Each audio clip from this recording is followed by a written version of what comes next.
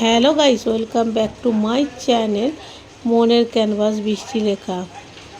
আজকের কি রান্না? হ্যাঁ, অবশ্যই তোমরা টাইটেল আর থাম্বনেল দেখে অবশ্যই জেনে গেছো।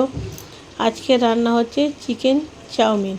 তার জন্য জল ফুটে গেছে, জলের মধ্যে আমি সাদা তেল আর লবণ দিয়ে দিয়েছি। এবারে আমি এই চাউমিন নুডলসটা দেব। এটা খুব সরু দেখতে, কিন্তু জলে দেওয়ার পরে কিন্তু একটু সামান্য মোটা হয়ে যাবে। যাই হোক, দেখতেই পাচ্ছ আমি এইগুলো দিয়ে দিলাম জলের মধ্যে। এবারে হালকা সিদ্ধ হয়ে গেলে এটাকে জল ঝরিয়ে নেব। আর আমি এর মধ্যে সবজি গাজর আর বিনস প্রথমে দেব, কেন আমার বাচ্চা খাবে, তো আমি আলাদা আলাদাভাবে করে একসাথে করব। প্রথমে আমি গাজর আর বিনসটা দিয়ে ভালো করে ফ্রাই করে নেব। ওতে লবণ দিয়েছি। এবারে নুডলসটা আমি এর মধ্যে অ্যাড করে নেব। নতুন বন্ধু পুরানো বন্ধু সকলকে অনেক অনেক ভালোবাসা। নতুন বন্ধুরা প্লিজ চ্যানেলটাকে সাবস্ক্রাইব করে পাশে থেকো সব সময়। আর পুরনো বন্ধুরা তো সবসময় পাশে আছেই। দেখতেই পেলে আমি নুন আর গোলমরিচ আর মিষ্টি দিয়ে কিন্তু মিক্সড করে নিয়েছি চাউমিনটা।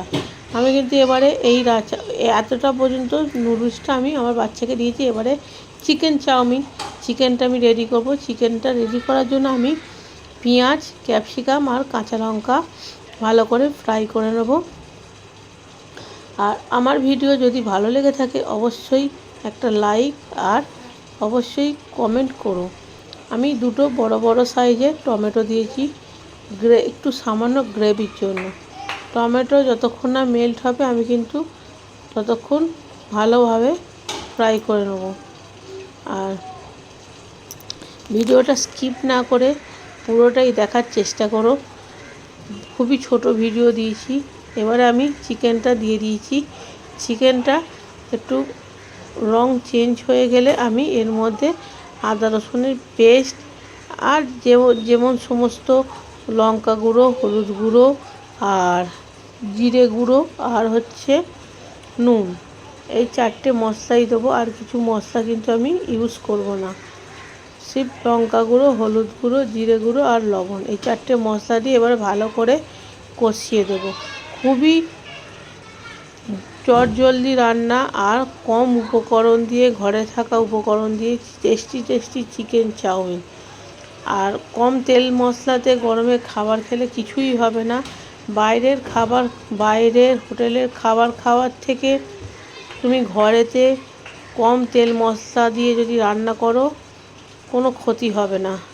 আর সত্যি খেতে জাস্ট অসাধারণ হয়েছিল।